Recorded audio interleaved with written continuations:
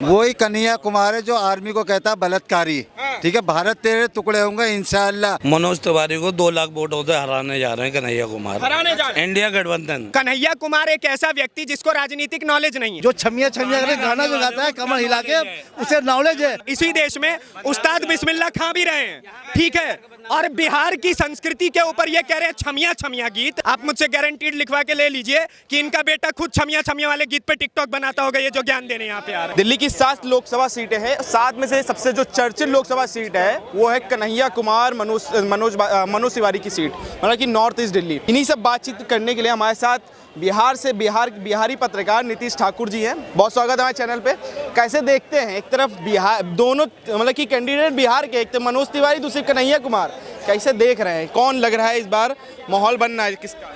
देखिए, कहीं ना कहीं देखा जाए तो जिस सीट से ये दोनों कैंडिडेट चुनाव लड़ रहे हैं उस सीट में बिहारी बहुल्य क्षेत्र उसको आप कह सकते हैं। ठीक है, और बिहारी बहुल्य में भी भूमिहार बहुल्य। ठीक है, तो कई लोग अब इसमें ये सोच रहे हैं कि कन्हैया कुमार भूमिहार है तो इसलिए उनको भूमिहारों का सपोर्ट मिल जाएगा। ठीक है, आपके ठीक पीछे मेरा एक भूमिहार भाई खड़ा हुआ है। ठीक है, इधर आओ, है ना, ये भी भूमिहार है। और कौन से जिले से आते हो तुम? नवादा जिले से, भूमिहारों का गढ़ जिसको कहा जाता है। ठीक है, कन्हैया कुमार को भूमिहार मानोगे? अरे बिल्कुल नहीं। ये लोग खुद उसका जात बाहर कर चुके हैं, ये लोग खुद उसका जात बाहर कर चुके हैं। तो कन्हैया कुमार कहां से सोच रहा है कि वो भूमिहार बाहुल क्षेत्र, बिहारी बाहुल क्षेत्र से वो वहां पे जीत जाएगा? और आपको मैं बता देता हूं, इससे पहले वो चुनाव कहां से लड़ा था? बेगूसराय से। ठीक है, इससे पहले लोकसभा चुनाव वो बेगूसराय से लड़ा, और वो कौन सी पार्टी से लड़ा था? कम्युनिस्ट पार्टी ऑफ इंडिया से। ठीक है, और वो पता है कितना उसको वोट मिला था उस समय पे? उस समय पे वोट उसको 2 लाख मिला था। और उस समय के जो जीते हुए कैंडिडेट थे गिरिराज सिंह, वो कितने वोटों से जीते थे आप ये जानते हैं? 4 लाख वोटों के अंतर से। तो सोचिए कि कन्हैया कुमार तो टॉप लिस्ट में भी कितने बॉटम पे रहे होंगे, तो ये तो फिर भी दिल्ली है। और मनोज तिवारी तो छाती ठोक के बोल रहा है कि इस सीट से कोई हमको जीत के दिखा दे, हम मान जाएंगे। 2 बार के सांसद मनोज तिवारी यहाँ से ऑलरेडी हैं। ठीक है, जितना जन समर्थन मनोज तिवारी को कैमरे पे भी देखने को मिलता है, या फिर अगर आप उनको कभी कवर करने जाएंगे वहां पे आपको देखने को मिल जाएगा, मुझे नहीं लगता है कि किसी और को इतना मिलता होगा। तो मेरे हिसाब से कन्हैया कुमार को भय रख करके अभी भी अब क्या ही कदम पीछे करेंगे, लेकिन ये है जमानत जब्त होने से बचा सकते हैं। ठीक है, थोड़ा बहुत नाक वाक रगड़ ले तो बच जाएगा जमानत। ये वही कन्हैया कुमार है जो कुछ समय पहले खड़े होकर के इसके ग्रुप के लोगों ने क्या नारे लगाए थे? भारत तेरे टुकड़े होंगे इंशाल्लाह इंशाल्लाह। हैं, तो क्या इस प्रकार के नारे लगाने चाहिए? आप ये बताइए मुझे। ये बात तो सच नहीं थी। बताइए, कह रहे तो बात सच नहीं थी। सुप्रीम कोर्ट या हाई कोर्ट इसमें एंट्री करती है, तुम कोई बात को अपनी मर्जी से बोले जा रहे हो किसी पे। अगर कोई चीज़ को सुप्रीम कोर्ट है, प्रशासन है, उसने कहाँ प्रूव कर दी इस बात को? बताइए कैसे, क्या कहेंगे इस पे? जो तुम पूछो, और जब तुम अब जवाब नहीं लेंगे। अब मैं आपको एक बात बताता हूँ। आपने बोला कि ये बात सच नहीं थी, आपने मेरे मुंह से सुना मैंने क्या बोला कन्हैया कुमार के लिए? क्या बोला मेरे को रिपीट? भारत के टुकड़े टुकड़े वाली बात जो तुम कह रहे हो, जो एक बात है जो जेएनयू की चली जा रही है। मैंने ये बोला कि उसके ग्रुप के लोगों ने नारे लगाए थे। मेरे मुंह से ये नहीं निकला कि कन्हैया कुमार ने नारा लगाया था। ठीक है, एक सेकंड। और उस समय पे वो उस ग्रुप का लीडर हुआ करता था। तो आज अगर भारतीय जनता पार्टी का कोई भी व्यक्ति, या फिर मैं कहता हूं कांग्रेस पार्टी का कोई भी व्यक्ति कुछ भी गलत बयान देता है, तो हम जाकर के नरेंद्र मोदी से हिसाब मांगने लग जाते हैं, राहुल गांधी से, या फिर खड़गे साहब से हिसाब मांगते हैं। तो उसी प्रकार से अगर उसके ग्रुप के लोगों ने गलत नारे लगाए तो कन्हैया कुमार से हिसाब मांगा जाएगा। सीधी बात है। और चलिए, सुप्रीम कोर्ट ने आपको बरी कर दिया, लेकिन फुटेजेस में तो क्लियर दिख रहा था ना, है आपके ग्रुप के लोगों ने नारा लगाया। मैंने ये नहीं बोला कि कन्हैया कुमार ने नारा लगाया। तो जिम्मेदारी आपको लेनी पड़ेगी, ये भी याद रखिएगा। क्या कहेंगे? भी हिंदुस्तान में ऐसा नहीं है, कोई भी कहीं बैठ के अगर कोई गलत बोलेगा वो अंदर होएगा। अगर नहीं हुआ अंदर, इसका मतलब कोई प्रताक नहीं है, कोई सबूत नहीं है। इसका मतलब नहीं है कि वीडियो में कोई चीज़ दिखता है वही चीज़ होता है। तुम लोग भी वीडियो बनाते हो, वही चीज़ है, तुम्हारी बातें समझ रहे हैं। ठीक है, थोड़ा बताइए। अगर तुम कह रहे हो कि कोई भी वीडियोज है और वीडियो के में दिख रहा है, तो वो तो कोर्ट में गया होगा। कोर्ट ने उसको, ग्रुप के लोगों को सजा नहीं हुई? किसको की सजा बता रहे मुझे? बता उसके वो जिस समय हैं, एक सेकंड आप एक काम करिए। ठीक है, अभी आप यहीं पे गूगल खोलिए और आप मास्टर को, हम खुद पढ़े लिखे, हम खुद पीएचडी हैं, हम तुमको बताते हैं। आपने किस चीज में पीएचडी कर रखी है सर? लॉ में करते हैं। लॉ में? हाँ, लॉ में हम पीएचडी कर रखी है। ठीक है, साकेत में मैं जो है वो लॉयर हूँ। मैं तुम्हें बता देता हूँ कि अगर कोई, तुम ये बता दो कोई वीडियो का कोर्ट में कितना एविडेंस होता है? नहीं, कोर्ट में वीडियो एविडेंस में नहीं माना। मैं कह रहा हूँ ना, वही तो कह रहा हूँ। लेकिन आपको ये पता होना चाहिए कि उस कह रहे हो कि गिरिराज जो चीज बोला है, तो गिरिराज के बाद मोदी जी से कोई जाके नहीं कहा कि तुम जेल चले जाओ। मैंने कब बोला कि गिरिराज ने कुछ बोला है? मेरे मुंह से किसी ने सुना?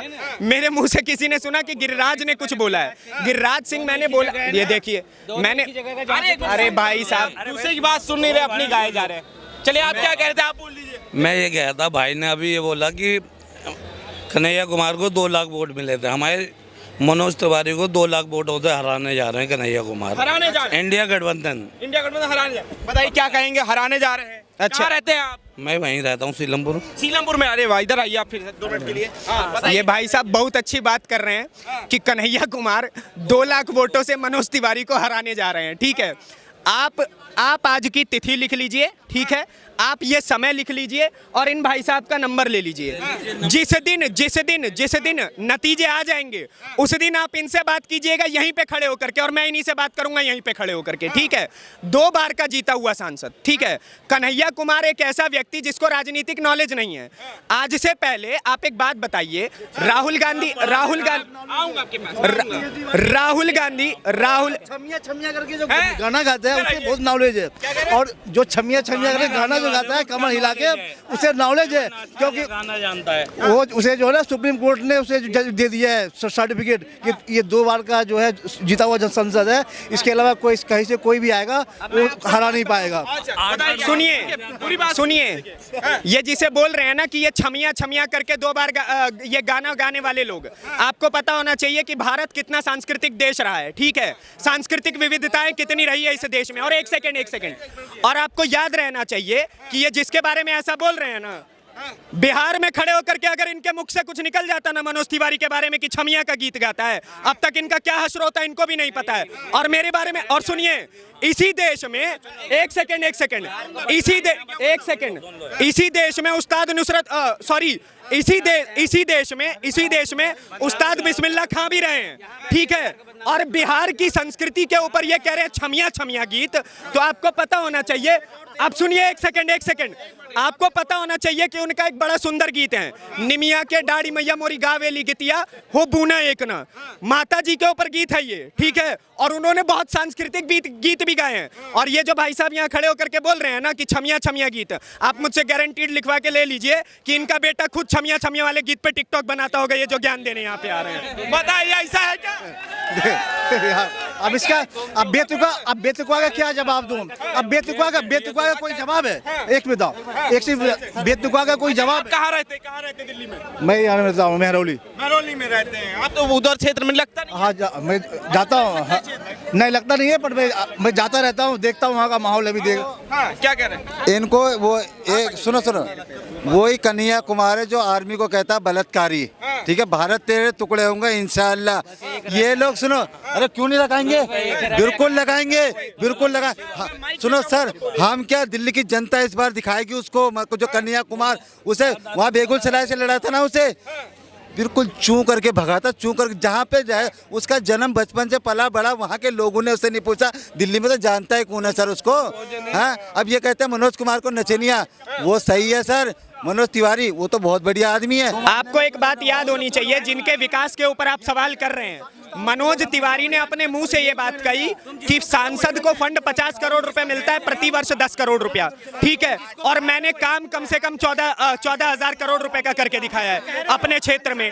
पिंक लाइन मेट्रो वो लेकर के आए, और उसके बावजूद भी आप विकास के ऊपर सवाल कर रहे हैं। ठीक है, देखिए वहाँ पे कई इलाके होंगे जो डेवलप नहीं है। एक सेकंड, आराम से, लड़ना नहीं करेंगे कोई फायदा नहीं है। मैं इस चीज से मना नहीं कर रहा हूँ कि वहाँ पे कई इलाके ऐसे नहीं है कि जहाँ पे काम नहीं हुआ होगा, बिल्कुल नहीं होगा काम। ठीक है, डेवलप नहीं होंगे कई इलाके, कई इलाकों में सड़कें नहीं होंगी, कई इलाकों पे एक सेकंड, हाँ बिल्कुल मैं ये बात सही मान रहा हूँ। वहाँ पे मनोज तिवारी से सवाल भी किया जाना चाहिए, लेकिन जहाँ काम हुआ है वहाँ अप्रिशिएट भी किया जाना चाहिए। दोनों दायित्व आपके बनते हैं।